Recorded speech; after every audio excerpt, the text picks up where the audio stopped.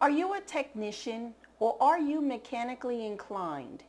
If so, VCR repair may be the way to go.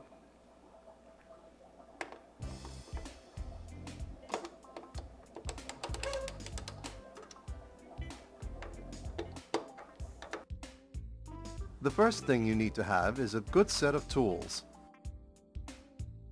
Since most of your VCR problems are with belts, make sure you have a good belt kit on hand. You'll need an ample supply of VCR head cleaner with swabs to clean heads and the transport mechanism. Don't forget the rubber cleaner for your rubber parts. A multimeter can be an indispensable tool for checking electronic circuits. Another piece of test equipment that may prove very useful is an oscilloscope, especially for checking waveforms.